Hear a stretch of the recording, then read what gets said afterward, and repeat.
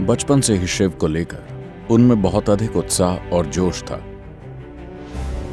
बस 25 किलोमीटर दूर एक प्रसिद्ध शिव मंदिर था और उन्हें लगता था कि शिव उन्हें बुला रहे हैं, मगर अपने जीवन पर उनका अधिकार नहीं था, इसलिए वो मंदिर तक नहीं जा पा रहे थे। उन्होंने कई बार अपने जमींदार से प्रार्थना की, सिर्फ एक दिन के लिए मुझे जाने दीजिए, मैं मंदिर जाकर वापस लौट आऊंगा। जमींदार हमेशा कहता, आज निराई करनी है, कल खाद डालना है, परसों कोई और काम है, तुम्हें जमीन जोतना है। नहीं, तुम एक भी दिन बर्बाद नहीं कर सकते। तुम्हें क्या लगता है, तुम वैसे ही किसी काम के नहीं हो, तुम एक पूरा दिन बर्बाद करना चाहते हो? उसने कई बार अपनी बात समझाने की कोशिश की। उसके अंदर यह भाव गहरा होता गया। वो हर हाल में शिव के दर्शन करना चाहता था।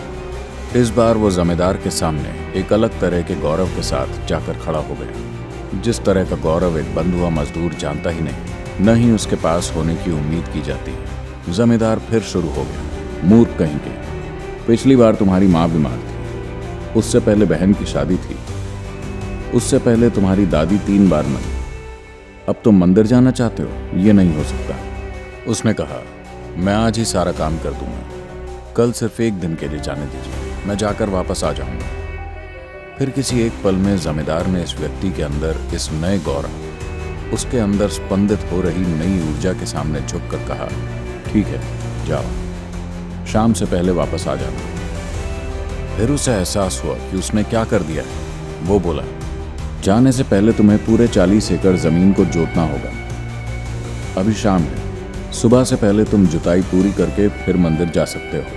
वो इतना मूर्ख नहीं था कि इसकी कोशिश भी करता। वो चुपचाप सोने चला गया। उसका पूरा शरीर स्पंदित हो रहा था। वो जानता था कि उसे मंदिर जाना ही है, नतीजा चाहे जो भी हो। एक नई ऊर्जा उसके पूरे शरीर में दौड़ रही थी। सुबह जब वो उठा तो गांव में हंगामा मचा हुआ था। क्या हो गया? सारी 40 एकड़ जमीन जुती हुई थी। उसने बाहर आकर देखा, उसे यकीन नहीं हुआ। जमींदार का मुंह खुला का खुला रह गया। जमींदार के बीवी बच्चे आकर उसके पैरों पर गिर पड़े। उस शख्स का नाम हम नहीं जानते, आमतौर पर उसे हलवाहा कहा जाता है। उसे यकीन नहीं हुआ। फिर वो जान गया।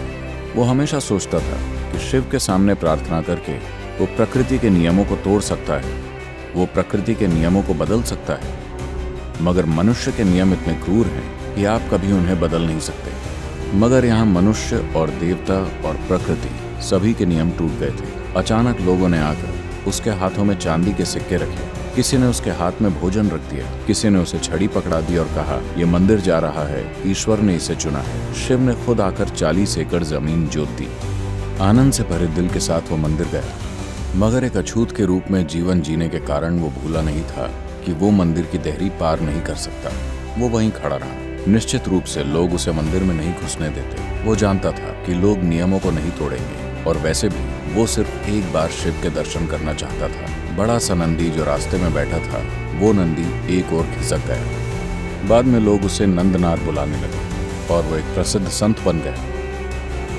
कोई उसका नाम नहीं जानता, क्योंकि उसे सिर्फ हलवाहे के रूप में जाना जाता था, मगर उसका पूरा जीवन बस इसी चीज पर टिका था। आप उसे भक्त भी नहीं कह सकते। वो बस कौतूहल में था और उसने कभी कौतूहल को जाने नहीं दिया। ज्यादातर तार्किक दिमागों की ये समस्या होती है कि अगर कोई चीज आपको कौतूहल में डालती है तो आप उसकी एक मूर्खतापूर्ण व्याख्या करके उसे वहीं नष्ट कर डालते हैं। अधिकांश दिमाग कौतूहल के साथ जीने में असमर्थ होते हैं। वो आज ही उसका एक मूर्खतापूर्ण जवाब चाहते हैं, और रात को सोने से पहले ही वो निष्कर्ष भी निकाल लेंगे, अरे ये ऐसा है, वो वैसा है। इस धरती के हर मूर्ख को लगता है कि वो एक वैज्ञानिक है, क्योंकि उसने स्कूल में कोई पुस्तक पढ़ ली है। ये बेकार पुस्तक किसी काम की नहीं। विज्ञान की दृष्टि से सोचने वाला कोई भी व्यक्ति अब इन मूर्खतापूर्ण चीजों को स्वीकार नहीं करेगा।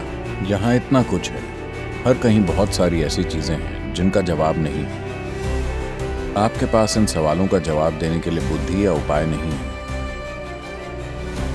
इसे स्वीकार करें।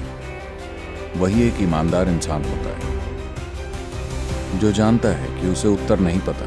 वो एक ईमानदार इंसान है जो एक मूर्खतापूर्ण तार्किक जवाब खोज लेता है। वो एक मूर्ख इंसान है, मगर उसे लगता है कि वो बहुत होशियार है। बस इसी चीज की जरूरत है। आपको बस इस कौतूहल के साथ जीना है।